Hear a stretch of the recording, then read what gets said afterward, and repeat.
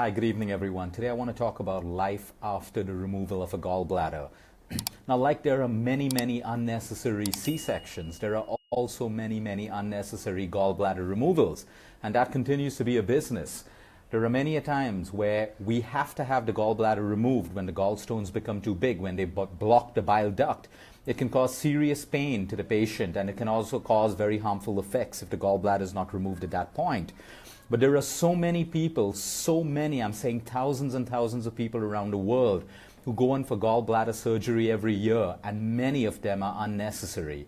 At that particular point, what we need to do is understand, number one, why are there gallstones formed in the bladder? Number two, can I make lifestyle changes? Can I detoxify to break down and flush out the gallbladder stones from our gallbladder and then maintain our gallbladder? We live in a world today where surgery happens at a drop of a hat. In many cases, it's necessary. In many cases, especially in the olden days, surgery was the last thing that was done to the human body, the last thing that was done to heal any condition in the human body. But today, it happens like this, and that's not a good thing. Most doctors and most people will tell you, oh, the gallbladder just stores bile, and once you have your gallbladder removed, you'll have a normal life. But the human body is built on intelligence and brilliance. There's a reason and a function, if not one function, many functions of every organ that's been put in the human body. Now let's understand how the gallbladder works. Number one, when your gallbladder is removed, you have to make lifestyle changes. The way you eat, the kind of foods that you eat, and the quantities that you eat. We now need to understand that the gallbladder stores bile. Bile is produced by the liver. It has functions such as digesting and breaking down fat in the human body. That's number one. Bile is pushed into the small intestine to help with the microflora, which means your bacteria in the small intestine. It maintains that. Bile is also used to sterilize and break down pathogens in the human body. So we need to understand that bile is extremely important, and it's used for all of these several functions in the body. Now what happens is the gallbladder stores bile, and then it slowly secretes bile into the small intestine whenever we eat foods. Now when the gallbladder is removed, the liver will still produce bile. Let's understand that. The liver will still produce bile. But now the bile finds a different path, a different pathway into your small intestines via the pancreas. Now this is dangerous for people, and it is the number one cause of diabetes in people who have their gallbladders removed, because bile is acidic in nature and it's not meant to have a pathway through the pancreas. What is the function of the pancreas? To produce insulin. So when this acidic bile finds its new pathway through the pancreas become weaker and weaker, or they get more and more inflamed. Thus, what happens is it limits the production of insulin. And that's what diabetes is all about. Insufficient insulin, or the inability of the human body to manage or effectively use insulin that's produced by the pancreas. So number one, bile finds a new pathway into the small intestines via the pancreas, because it no longer has that little gallbladder that has the job of storing bile. So that's the first thing which happens, which is why we need to be careful of becoming a candidate for diabetes after our gallbladder is removed. Now we can do this in three ways. Number one, once your gallbladder is removed, this is for people who even have gallbladders intact, do not overeat. Every time you overeat, your liver is going to have to produce more bile, which means you have a larger volume of bile going through that pathway of your pancreas into your small intestines. Most people who have their gallbladder removed will suffer from symptoms of acidity, bloating, indigestion, a lot of gas, diabetes, like I said. And all of these can also lead to a leaky gut, because if we don't break down the food the right way in the small intestine, and we send undigested protein molecules across your gut lining into your blood, then we have an autoimmune disorder. So it produces IBS, leaky gut syndromes, and everything related to improper digestion. So when your gallbladder is removed, you have to remember that your food quantity and your food portions have to be extremely small, so that you produce just enough of bile to break down fat. Another symptom that people who have their gallbladder removed face is the inability to lose weight, because bile has a function of digesting fat. If fat is not digested well in the human body, it stores as fat. So now we need to understand that the right kind of oil and the right quantity of oil is what we need to ingest. So if we continue eating high quantities of refined, highly processed vegetable cooking oils when we have our gallbladder removed, we're going to make our liver, number one, more toxic. Our livers produce more bile to break down these unwanted and unnecessary quantity and poor quality of fat. And that's what happens basically. So we find it difficult to lose weight or burn fat.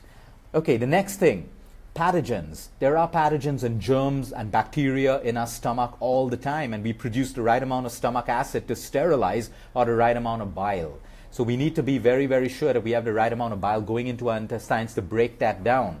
Okay, now what we shouldn't forget is gassy foods, foods that create gas in the body, like your chana, the chickpeas basically, your rajma, or your kidney beans. A lot of lentils are gas producing, which means you can still eat it if you have your gallbladder removed, but you have to soak it really well. I would say 18 to 24 hours.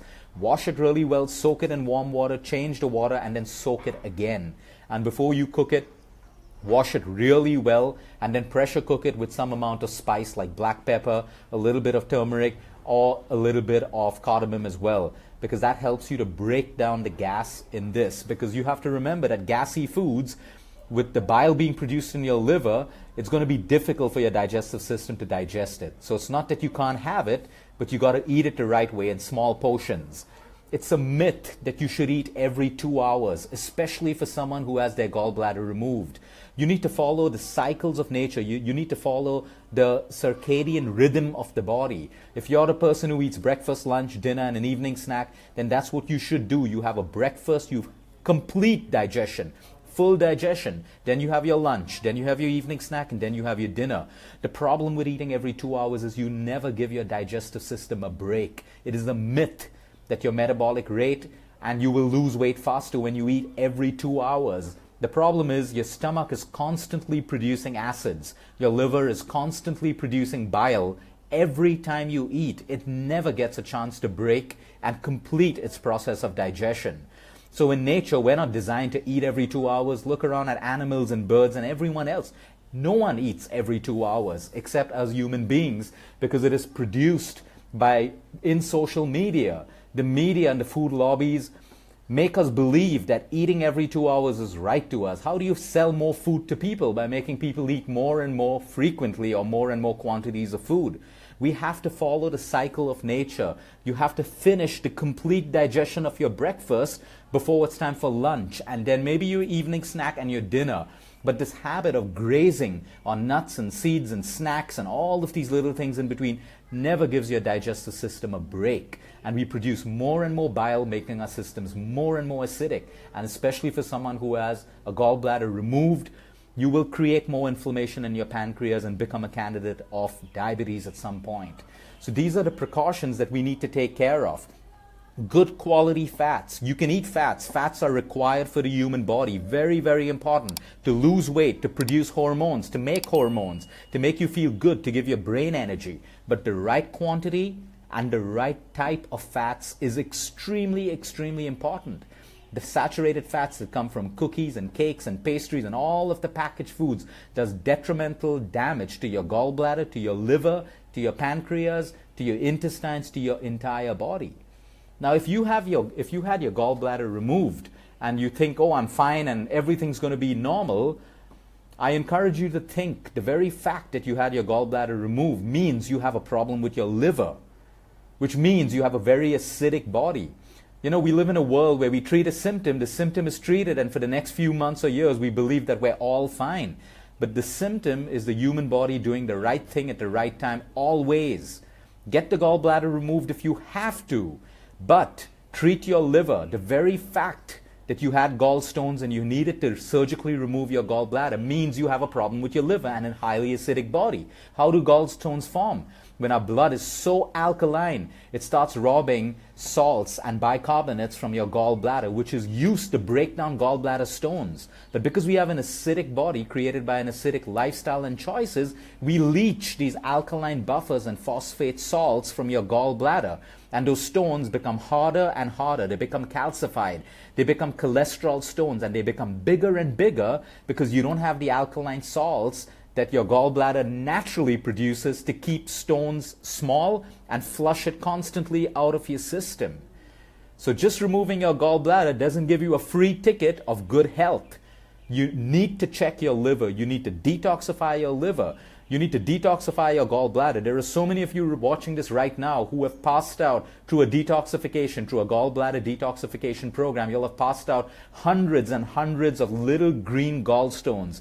There are so many people who have not done the surgery. They've gone back with their ultrasound reports and shown the doctor that their gallbladder is completely free of gallstones because they made lifestyle changes, they detoxified, they helped their body break down those gallstones and flush it out naturally like your gallbladder does every single day. So when you have a gallbladder removed, my advice to you for the next 1 month, try to be vegetarian, completely vegetarian, because that's when you use less bile. But if you're non-vegetarian, you're going to have to produce more bile. So vegetarian diets are healing in nature. And if you are a non-vegetarian, I'm not trying to convert you, but if you have your gallbladder removed, you are better off having more vegetarian food, more vegetarian food and less non-vegetarian food, because that'll make your digestion more and more difficult. Then we talk about enzymes. We need to have the right enzymes in our body so that we can help the small intestine digest food correctly with less bile, which is why we eat fruits, we eat raw vegetables, we eat raw nuts, we eat raw seeds. 80% raw or 70% raw and 20% to 30% cooked food, and you will make your body and digestive system function the right way, especially if you had your gallbladder removed. Take a probiotic, a good quality vegan probiotic, the moment your gallbladder is removed, because your microflora in your intestine is going to be all over the place, and you need that for proper digestion. You need that to keep your system clean. You need that for action of waste removal from your small intestine. So most of us are living with more good bacteria more bad bacteria and less good bacteria in our guts, and that has to change right now. We need the right prebiotics and probiotics to keep our gut healthy, especially for someone who has their gallbladder removed. So these are the lifestyle tips that you use when you have a gallbladder removed. But number one, try and prevent it if you can. In most cases, tell your doctor, okay, fine, the stones are not yet creating a problem for me. Let me go and do a flush. Let me try to detoxify my body so I can save my organ. We should put every bit of effort that we can to save our organ until we reach that point where now medically you have to get it removed, but not at the drop of a hat. Now sometimes your gallbladder is distended and twisted. Yep, you need immediate surgery, no doubt about that. But if it's not distended and it's not twisted and it's just filled with gallstones, you have the possibility and the ability to flush out those gallstones, to break them down over time, make them softer and flush it out of your system. You see, the human body is designed to detoxify you naturally. It starts having a problem when we accumulate too many toxins, or we have too many bad lifestyles, or our bodies are too acidic. And that's when we have to remove the gallbladder and live without an organ for the rest of our life, which compromises the way we eat, the way we sleep, the way we think, and the way we move. Stress has a direct impact on your bile. So when you have your gallbladder removed, you want to reduce your stress levels. You want to, because stress and your liver functioning has a direct correlation. So people, if you've had your gallbladder removed or you have a gallbladder problem, also treat your liver. We have to overcome and rise above just looking at a symptom and treating a symptom. We got to look at getting to the root cause. Okay, I have a gallbladder problem, but what is the root cause? Am I too acidic? Let me change that. Am I having too much of milk in my diet? Am I having too much of meat in my diet? Too much of sugar? Too much of processed foods? Let me make that change. Just because you have money and just because you have a great doctor on board doesn't mean you go pay that money and get your gallbladder removed without trying. You got to try. When you try, the human body responds. When we don't try, the human body itself will eventually kill you. That's how nature works. So we got to support it that way. So let me quickly recap. Gassy foods, introduce them very slowly into your diet if you don't have a gallbladder. Number 2, if you're acidic, make sure that you try to achieve a balance of alkaline, the right pH in your body and blood. Fatty foods, the right quantity and the right quality. Chew your food properly. Let digestion start in your mouth so that your liver doesn't have to produce excess bile to break down undigested fat. And number 4, do not eat frequently. Have one main meal. 4 hours later, your next meal. 3.5 hours to 4 hours, your next meal. And that's exactly what your body needs to give your digestive system a break and produce the enzymes and acids that it needs in the right quantity and not too much. Have a good evening, everyone. Until next time, eat smart, move more, sleep right, and breathe deep.